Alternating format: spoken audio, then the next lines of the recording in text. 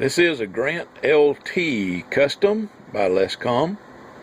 Has the Lescom LC6404 digital board in it. It's got the white face meter, and the theme on the radio is blue. Okay. Here is the sides of the radio. Top cover. The other side. Let me lift it up so you can get a look at the bottom. There's the bottom of the radio. Okay. It is a high frequency board, which means it covers -15 to 172. Okay. And standard options, you got the squelch scan, favorite switch, the display switch. In this case, this radio does not have the band channel because I couldn't get the toggles in there, and this is only a 2-position switch. So it has the channel 1 reference and the frequency reference. Okay. And of course you have the band switch, up, down. Jumps 45 channels either up or down. When it gets to the bottom, it rolls back over to the top. Okay, let's use go back to 38. I've got 38 saved in my favorite channel. Okay, like I said, the theme is blue. We changed all the backlighting from green to blue. From that 17 LEDs on that little PC board I showed you, and they're all SMTs. But the results look pretty good. Alright, I'll be back. Hello folks, welcome to Lester's Custom Truck Shop. This is Les with Lescom, and I finished up that GrantLT I was telling you about. But you might like to see the inside of it after I've got all of the wires all tied up and put in order and made very neat inside the radio. Let's see. This camera to focus, you can get a good view at it from a distance. I started to put the covers on it, and I thought, well, you know what, they might like to see that. Now, those two switches there in the middle have the black on the end. I have silver paint. I'm going to paint those silver or aluminum or whatever you want to call it to match the rest of it. And let me get the other cover on it, and I'll be back with some more photos, some more videos. Welcome to Lester's Custom Truck Shop. Working on a GrantLT. I was testing it out, taking it apart, getting ready to put the famous Lescom mods in it. And I noticed that the faceplate still has the protective plastic on it. You guys see that? I peeled it back a little bit. Now it won't stick back down there, but it's got the protective plastic on it, and I was hesitant about putting the decal on. You know, there's the new decal I got from CMH to put on here, and like I said, I was hesitant to peel the plastic off and put it on there, but I got to thinking about it. The decal is going to protect the face too.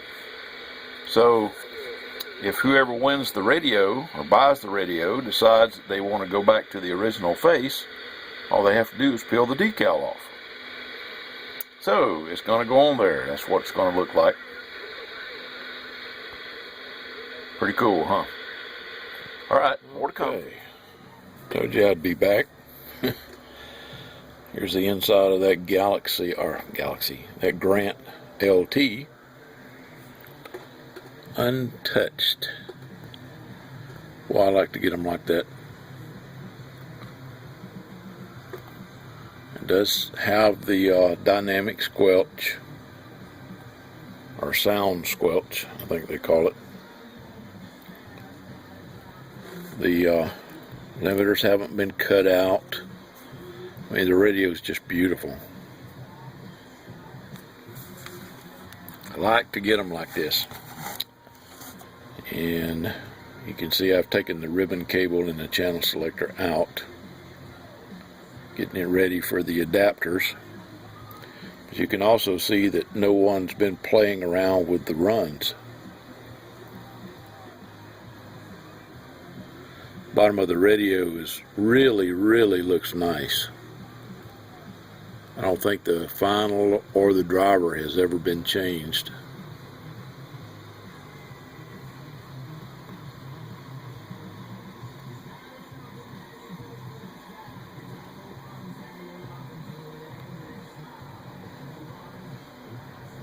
Beautiful, beautiful radio.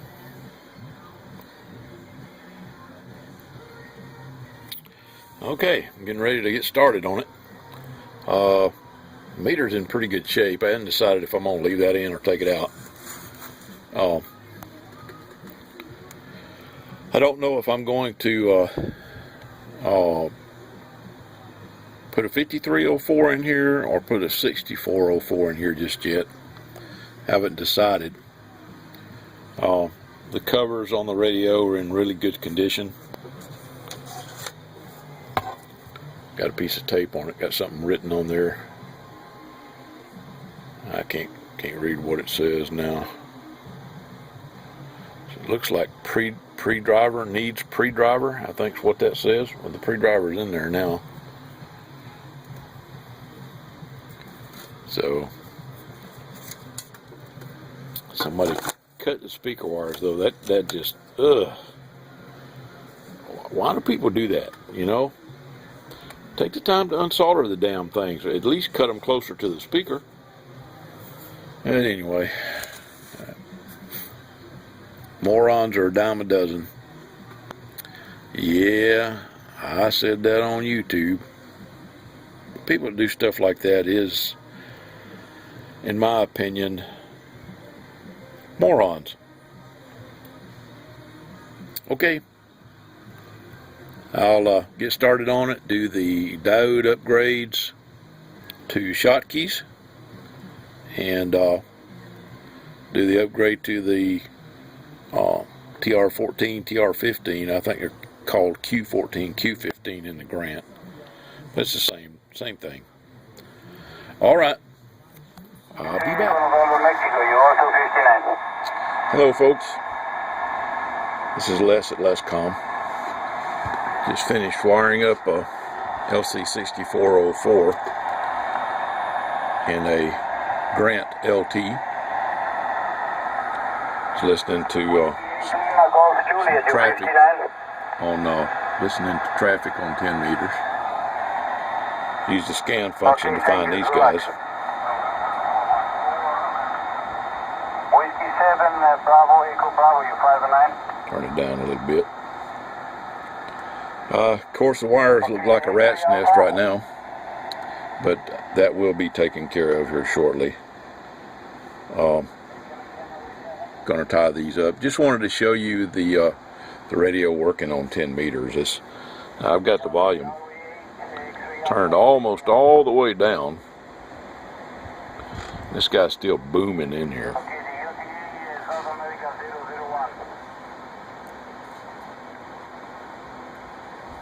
And got a bad S meter. I'm going to have to replace the S meter. I'll probably replace it with a white face LesCom meter and put LED lighting behind it. Haven't decided if I'm going to do the blue and red or just put a white LED. Seems like the majority of my customers prefer the white LED instead of the blue and red. You know, it's blue on receive and red on transmit. But the theme of this radio is going to be blue. But this is an excellent radio. The Grant XL and the GrantLT would be the next generation Cobra 148 if Cobra had stayed with Uniden as their manufacturer. these boards, the quality on these boards are excellent. In fact, they're better than the Philippine 148. And these radios are all made in the Philippines. This is a Grant XL I've got right here. You can see right there, made in the Philippines. Made in the same factory as the Cobra 148 Philippine radios were. Here's one that doesn't have the Lescom board in it, so you can see it a little better. It's the next one I'm going to be working on. I really, really like these Grant XLs and LTs. I like the LT or the Grant XLs better because it's easier for me to modify the switches and stuff up front.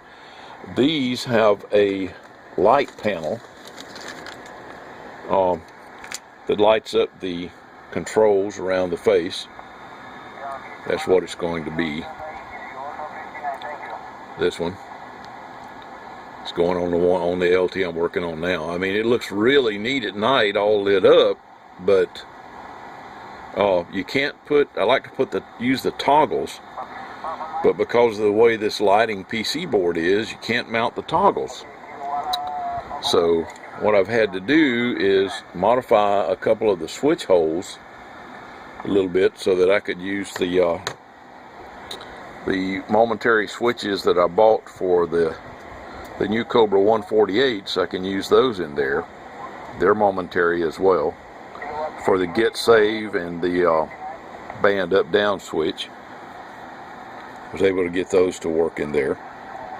And as you can see, I've got the counter harness already wired up, hooked up to run a FC390 or FC347, either one.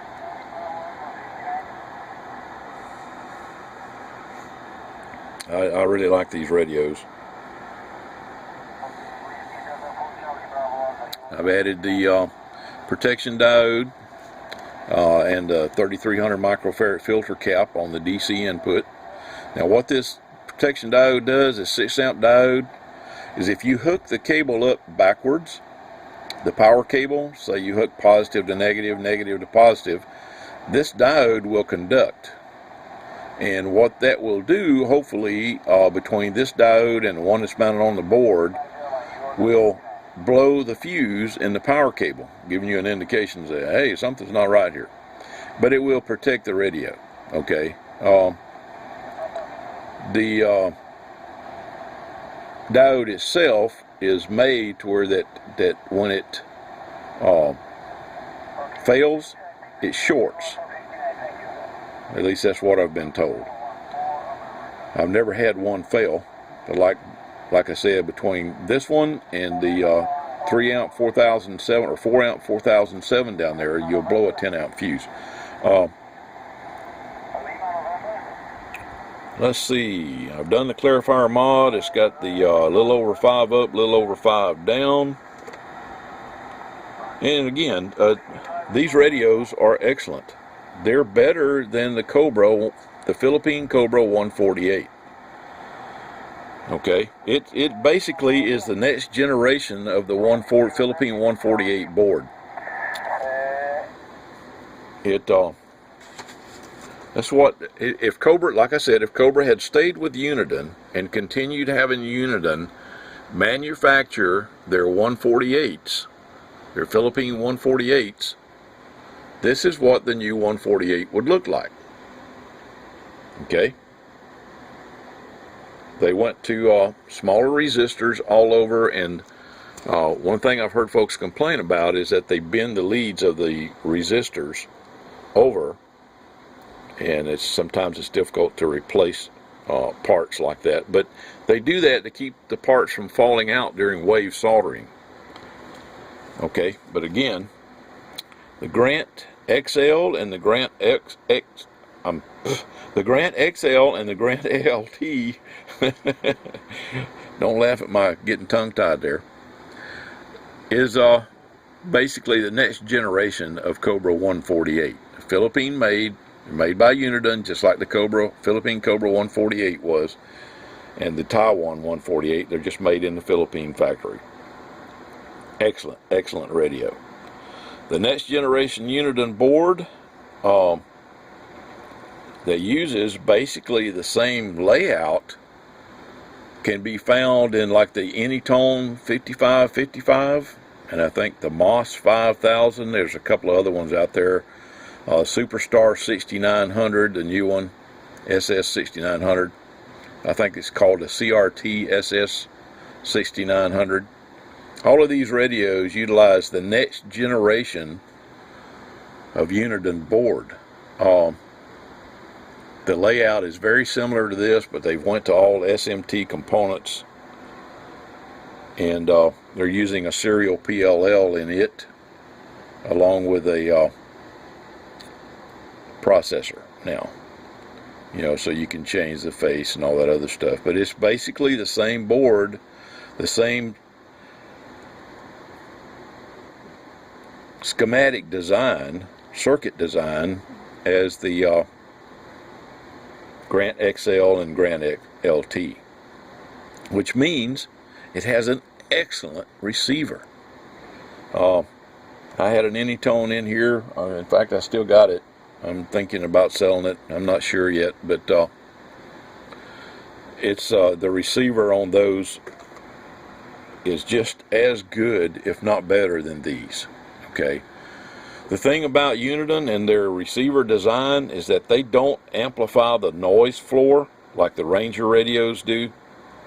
I'm sure all of you have noticed how damn noisy Ranger-made SSB receivers are. Even the AM part of the receiver is noisy. It's because the dual FET first stage amplification that they use also amplifies the noise floor. Okay, if you got a scope and put it on there, you'll see what I'm talking about. But anyway, getting back to this radio here, it should be finished up in a little bit, and we're going to put it on eBay. Okay? All right, 7.3s, more to come.